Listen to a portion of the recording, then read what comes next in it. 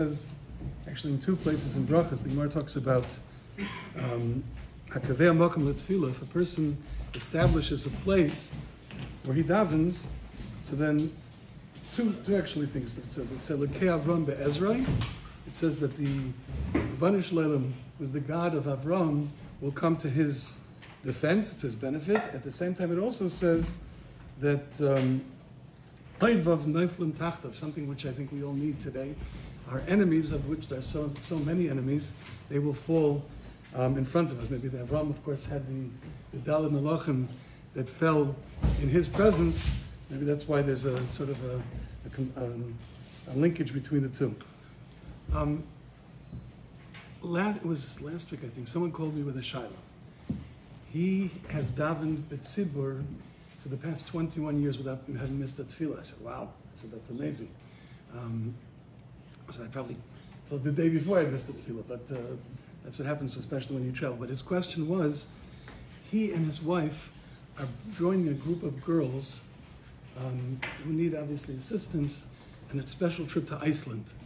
And in order for him to make the trip, so he has two options. One is he travels with the group from JFK, or the other option is that he travels from Newark, which would save him $900 a ticket. So he wanted to know, but that, with the group, he would have the Tefillah B'Tzibur. So, but without the group, he would have to spend $900. So, he's asking me, Laser Shiner takes, his minions of minion, wherever he goes around the world. I said, listen, for you $900, maybe more than for what Laser Shiner is, $1 million. So I said, I can't pass in the shiloh for you, but I said, if you're Ma'aser Nefesh in your life, that you spent 21 years not missing Tefillah B'Tzibur, so, clearly that's something you're Ma'aser Nefesh for. Maybe, again, I'm not passing for you, I'm not telling you to spend $900, but fact is, it's a beautiful thing if a person can daven B'Tzibur. But in terms of Kfiyas Makom, which will lead into Tefillah B'Tzibur, and maybe we'll have a certain new appreciation for some of you, maybe a new appreciation for Tefillah B'Tzibur. What is Kfiyas Makom? What exactly? It's actually Machlokes Rishonim. The Rabbi Yoina, at least Rabbi Yoina, the Gemara in Brachos, says it means davening in a specific shul. Within that shul, it doesn't make a difference. He says beferish. He says, "Let me give you daven in that corner. Daven in that corner. It's a Kfiyas Makom." The Rosh argues on that. The Rosh says no, even within a base medrash, and certainly when one has to daven at home, one should designate a space which is undisturbed, which you'll not be distracted by, in order to daven. So there is an inyan which the Shulchan Aruch seems to pass on like the Rosh, that a person should have a makom within. Now, of course, what does that mean when someone else is in my space? That's so many hold that within Daled Amos, Mishnah Berurah quotes this, within Daled Amos, it is considered Kfiyas Makom, that is your space. So, some learn what that means is if someone is invading my personal space, I'm sitting in my seat, someone is invading my personal space, so obviously that's why sharp elbows were created. But the fact is that many say that if someone is sitting in your space, you don't have to kick them out, certainly not vigorously, and you can move to a place nearby and you'll still be mekayim your Kfiyas Makom, points Rabbi Yoina, any place you sit in the base medrash is Kfiyas Makom. But unfortunately what that means sometimes is that people overemphasize the Daled Amos or the specific space, but not the shul, because they're ready to daven in any shul, to go here, to go there, depending on whatever time they wake up, which is itself a question in terms of Tefillah B'Tzibur. Is that really Tefillah B'Tzibur? So I'll try to define that. Just some other shilas that will come to Kfiyas Makom. Is it a neches? Does it belong to me? I purchased the seat, right? So charge for seats, Rosh Hashanah, and that becomes your makom for the place. If a person passes away, does he give it Yerusha over to his children? It's a question whether it belongs to that category of nechasim. Can I gift it? Meaning, if I leave the neighborhood and I want to give my seat to my friend, is that something that is transferable, or is it something that no, the shul can decide? You're not here. We're going to give it to whomever we choose. There's actually an interesting shaila which is discussed in Paskin Shul, which hopefully Mitzvah will experience here. The shul expanded. So what they did was they took down the Mizrach wall, and they built the shul further to the north, to the east, I should say. And the question is, what is your space the space where you sat, which was the first row, but now it happens to be the 15th row? Or do I say, no, I had the Mizrach Wand, and therefore I go up to the Mizrach Wand because my seat moves with it? That's an interesting shaila. It comes into many different shailas in Choshen Mishpat, also in Midas and Beis Hamikdash.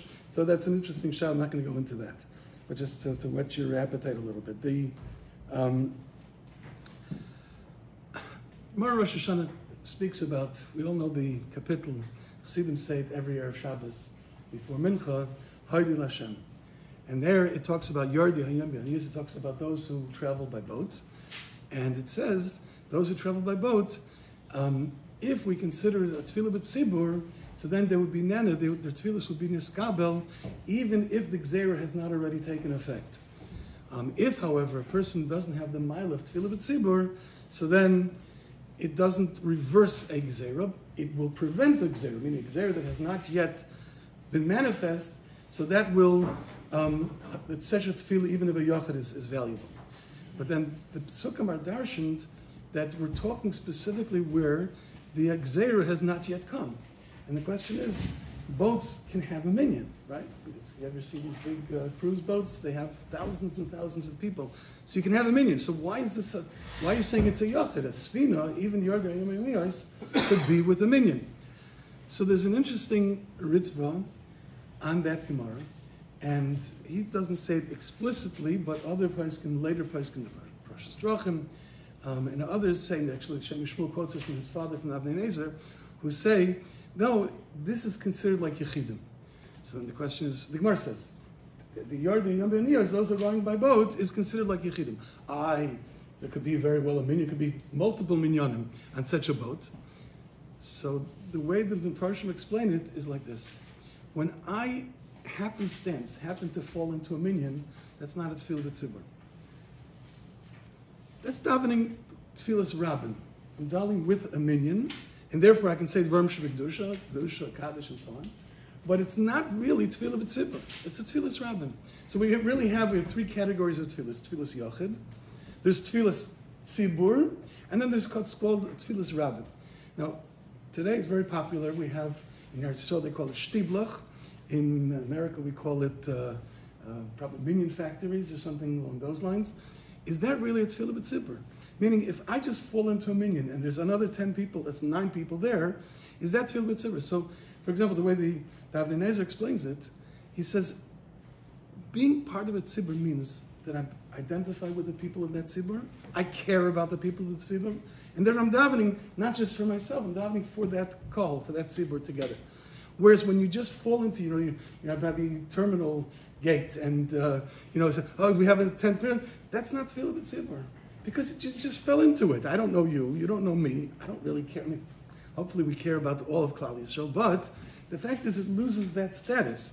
And it's only when you have a tzibur which joins together. For example, the Chashuch Chemed, with Zilberstein, deals with this shaila. He says, if I daven in a shtiblach, he says, if I daven in a set minyan, with basically the same core group gathered together to daven, that would be a tefillah b'tzibur.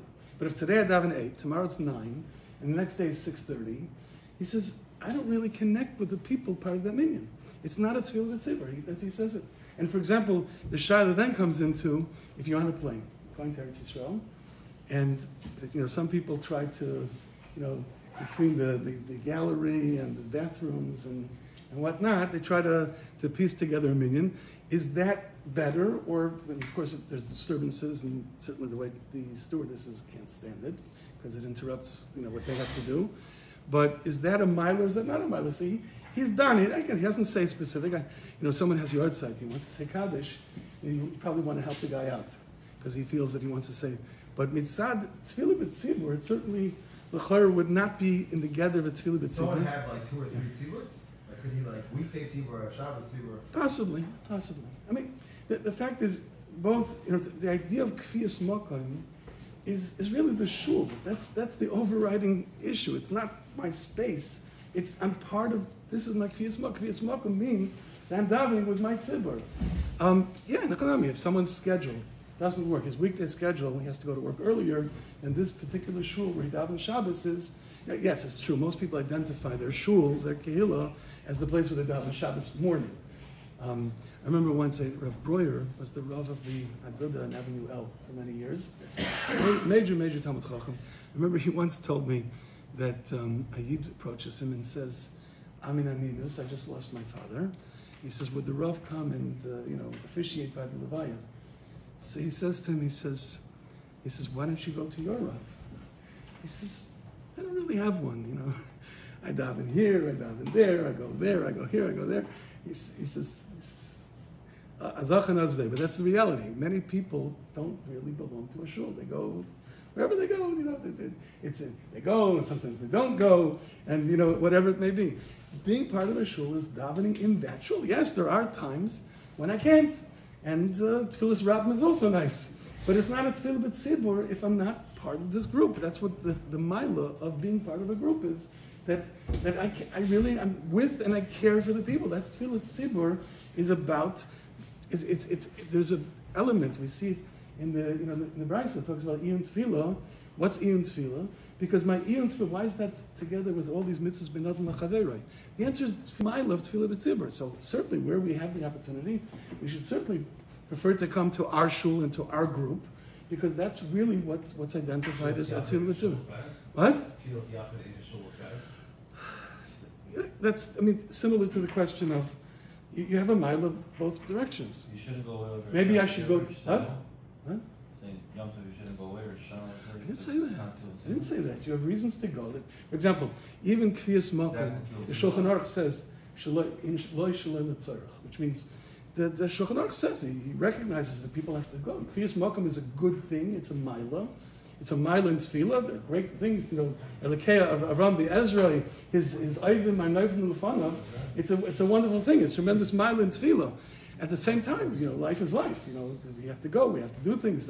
That's just life. People have to travel. People have to go on vacation. People have to, whatever it may be. That this person should sit in the same shul for their whole life. You should never leave that shul for. Maybe Yidden, lived in Shtetlach in Europe, where they were poverty-stricken. They didn't have. But other people who were peddlers, obviously did. And sometimes people do daven without a minyan also. Is there a minyan? You asked me the way, if I can daven in my shul without a minyan, or daven in the shtiglach with a minyan. So, okay, there's a mile in each direction. I don't know, but there is a mile. And certainly in one's home, it shouldn't be, a person should have, if I have to daven in my home, I should have a space which is, as the kinderlach and everything else that's going on. I should try to find a space which is somewhat without interference. I'll mention that I remember we had it's a long yarn. He needs a refuah shleima. His name is Rabbi Nachum Rabinowitz, Dr. Ben Zion Sorotsky. He was in his day like the premier child psychologist from community in Brooklyn, anyway. And I remember I asked him once to speak by Malav Malka in our shul, and he told me that he finds that the children who have difficulties in life, many difficulties in whatever direction, kids at risk, they call them, today it's already adults at risk, because we're the kids at risk, so we became adults at risk. He said that he finds that those that have a Rav and those that have a shul have fewer issues. Why? Because it's a life which is a scattered life. It's a scattered existence. When you don't have a structure, you don't have a kfiyas, you don't have a place that you belong to, there's a mile. You can't, who the Rav is and whatever, but the fact is I have a Rav, someone I can be, I can consult with. I belong to a community, a group where I have friends and their mishpachas. That gives a certain stability to a child and his upbringing and his nurturing. And when a person lacks that, and unfortunately we see this, we see people who don't lead those types of lives, people who are running here and running there, they daven with a minyan, they daven without a minyan, they don't daven all the time. Their children see that type of an upbringing, and the children unfortunately struggle in many aspects of their lives. Let's see the refreshments. Okay, all right, it's good. I'll talk you back.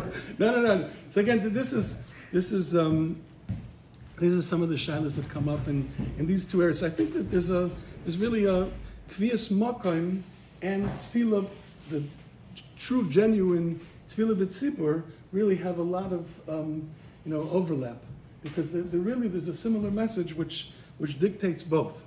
For example, the Rabbi Nachum writes that when a person is kaveh mokim, he's basically saying, my tefillah, what is it worth? But the fact is that I have my space, and I'm dedicating my space and my or the tzibur that I belong to, and it's in that schus that my tefillah will be niskabel. That shows the in a person. The worst thing. There we go.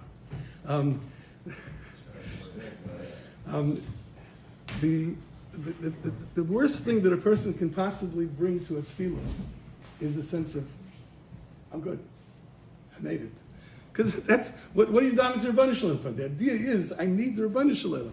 And that's the humility that I'm looking for susim. I'm not looking just to daven, but I'm looking to, my tefillah should be one with a tzibur, it should be one with a space that I'm kaveh for it. Those together, hopefully, will bring that our tefillah should be niskabel urachmim uratzim. Go ahead.